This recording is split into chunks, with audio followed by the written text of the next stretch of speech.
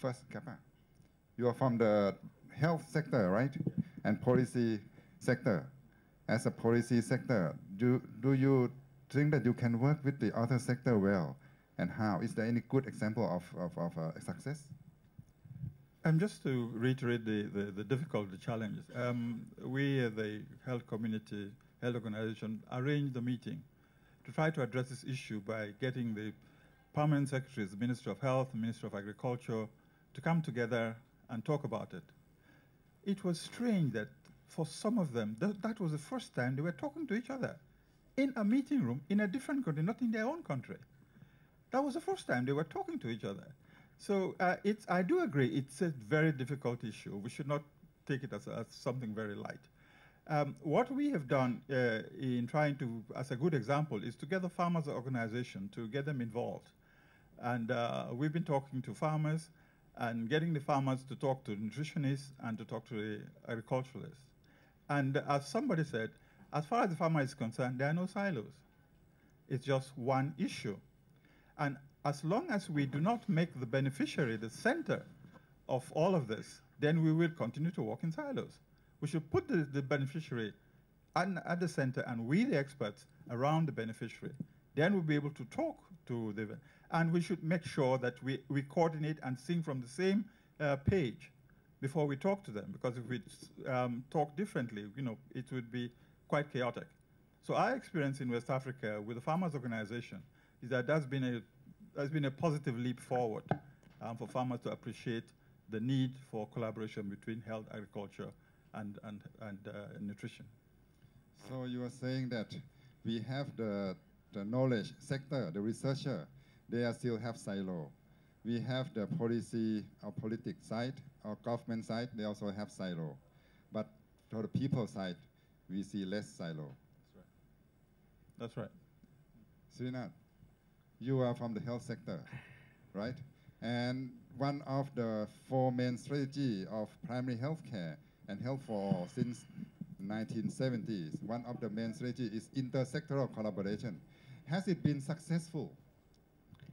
Well, in our own country, the National Rural Health Mission, which has now been about 5 years in implementation, has been providing intersectoral coordination between health, nutrition, water, sanitation at the sub-district level.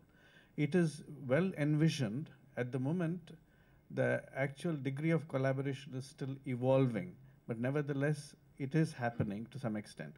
But to talk about the international experience, I'd like to just mention 3 where I believe intersectorality has happened and which can be an example even here. Firstly, if you take the issue of climate change. Climate change is one platform which has united people from multiple sectors and has actually resulted in intersectoral collaboration, both in identifying the elements of change, the goals to be set, and action pathways. Secondly, if you look at the tobacco control movement, it has not been confined to the health sector. It has actually been widely intersectoral, and the fact that the Framework Convention on Tobacco Control Treaty had different players from different sectors participating in it is an example of intersectoral collaboration. Fighting or working together? I heard that they're fighting. Well, even the conflict can sometimes lead to consensus, but we have to at least initiate the process. Now, what is evolving, the One Health movement, linking wildlife, veterinary health, and human health, and to agriculture, to land use, to water management, to migration issues, to climate change, is again an example of something that is evolving. So I believe there are examples that we can cite and advance even to tie up this whole thing together. Well, seem positive, right? Well, I suppose one has to be optimistic. One recognizes the barriers, but if one were to be fatalistic and say we can't do anything about it, we can't really advance. So I'd rather draw my optimism from examples that have succeeded while learning some lessons from the movements that have failed. And we can see from this conference, previously it is usually the health sector who shout, hey, industry and agriculture, you do bad thing to us. But this time, it is the IFPRI, which I understand is agricultural sector, is organizing this, leveraging agriculture. Agriculture is moving, right? to improve health and nutrition. It seems that it can be a good start. I don't know. Let's hear from Dominique and John, and then we'll go back to you. Dominique? Thanks.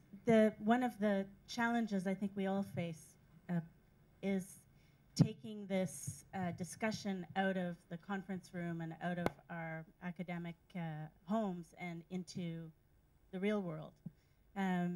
And we've had a considerable amount of experience with Canada's International Development Research Centre, which supports research for development in developing regions.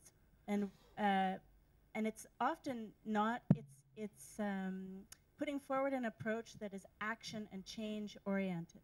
So there are a lot of things that we still need to understand better. There's a lot of need for bench research and for policy research.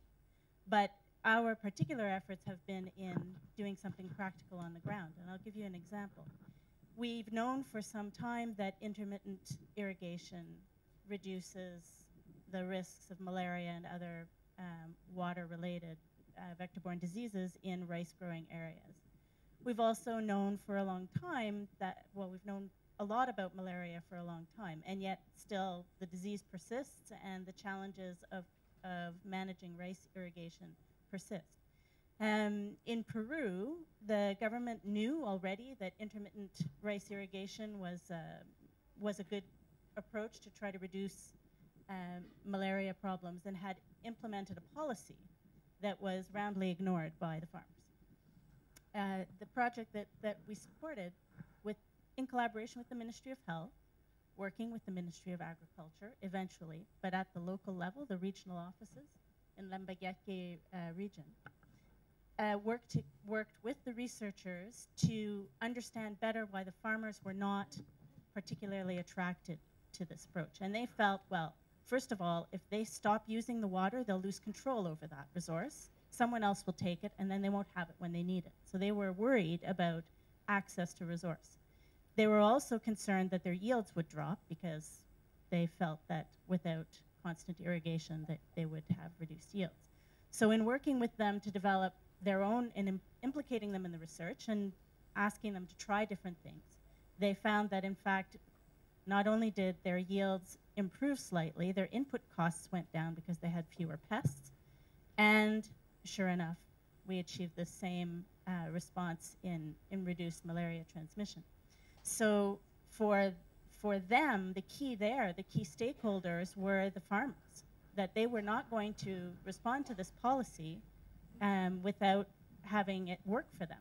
And the improvement in income in the household from the improved yields also led to other pro-health behaviors in those households.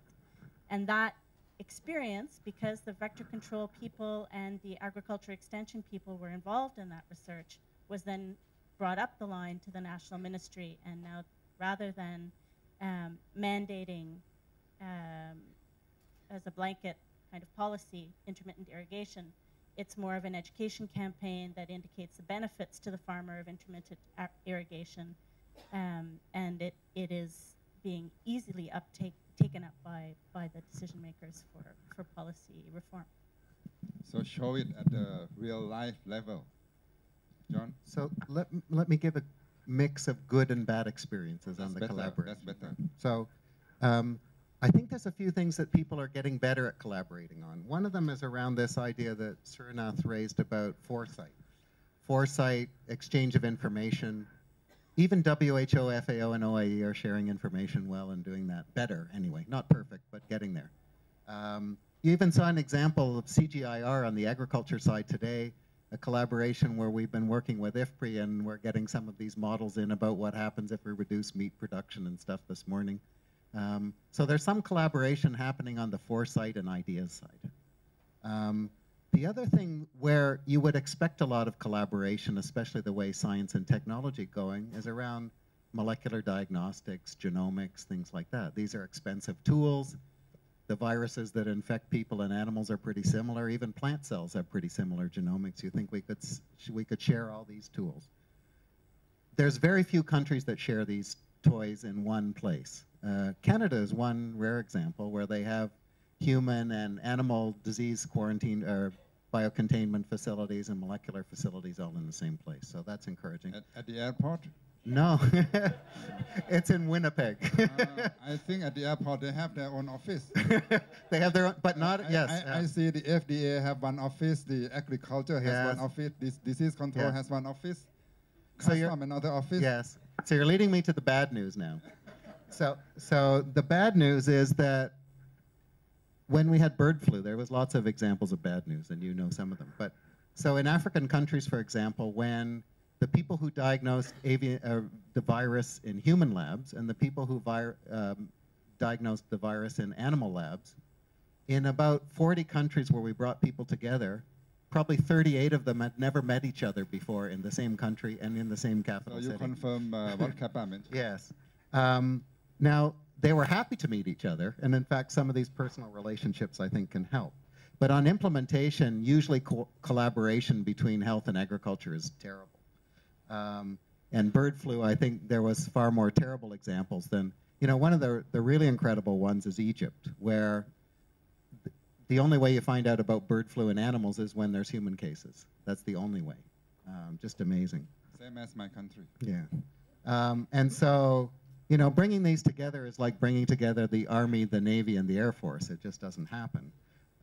So what might we do about it? Well, sometimes in times of crisis, and maybe the bird flu wasn't a big enough crisis, and I think the SARS epidemic in places like Canada exposed a crisis where people learned that they were a complete disaster and working together. Sometimes those crises helped. One country in Africa that learned to work together on sleeping sickness was Uganda, because they had a huge crisis. Once the crisis was gone, the collaboration kind of broke down, and so you need to disband the joint unit. But I think joint units sometimes work if there's a big crisis. But I guess the last kind of hope for the future, and it came up this morning, was on the training of young people, but you have to get them early because they learn the silos pretty quickly. Thank you. You hear good and bad story, but I'm not sure whether IDRC or I'm not sure whether IDRC or IFPRI would like to document all the good and bad story and put on the website so that people can learn from. Any good example? I want good example or bad example. We should learn from each other. This lady first. I had a question, actually. I have a question. Please introduce yourself. My name is Patrulekha Chatterjee. I'm a journalist from India. Getting back to what you said, you know, about the bird flu incidents, are there any, and I'd like to actually throw the question to the whole panel, are there any other success stories? We've been seeing a lot of pandemics, you know, relating to zoonoses, many in the last, say, 10 years. So you mentioned one or two, you know, sort of tentative collaborations. Are there other examples of collaboration between sectors, between, you know, in the wake of these diseases? Thank you. I will come back to the speaker. Your turn. Yes. I'd like to point out one problem when we talk about health. Ministries of health and health people, I'm a health person, are usually addressing disease, not health. So I think that's a basic definition that we have to come with. That's wrong. Common language, and also common tools and common metrics. If we start doing that, we will then identify common problems in need of cooperation. For example, hunger by FAO standard, and the map of hunger is based exclusively on energy. That is not good health or good nutrition, but that is the way FAO reacts to health and nutrition. Energy availability, and they have no knowledge on the health consequences. So I think getting to an agreement on basic indicators of this interaction is vital before you decide if there's cooperation or conflict. And if you have conflict, you better resolve it, because that's going to avoid or prevent you from cooperation. You bring us back to a very basic question, the definition of health. In the WHO Constitution, health means well-being, not merely the absence of disease and infirmity.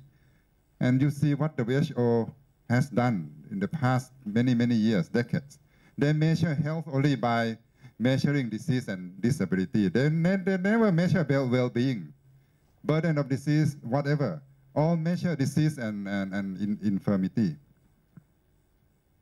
Yes, please. Yeah. Please introduce yourself. Right.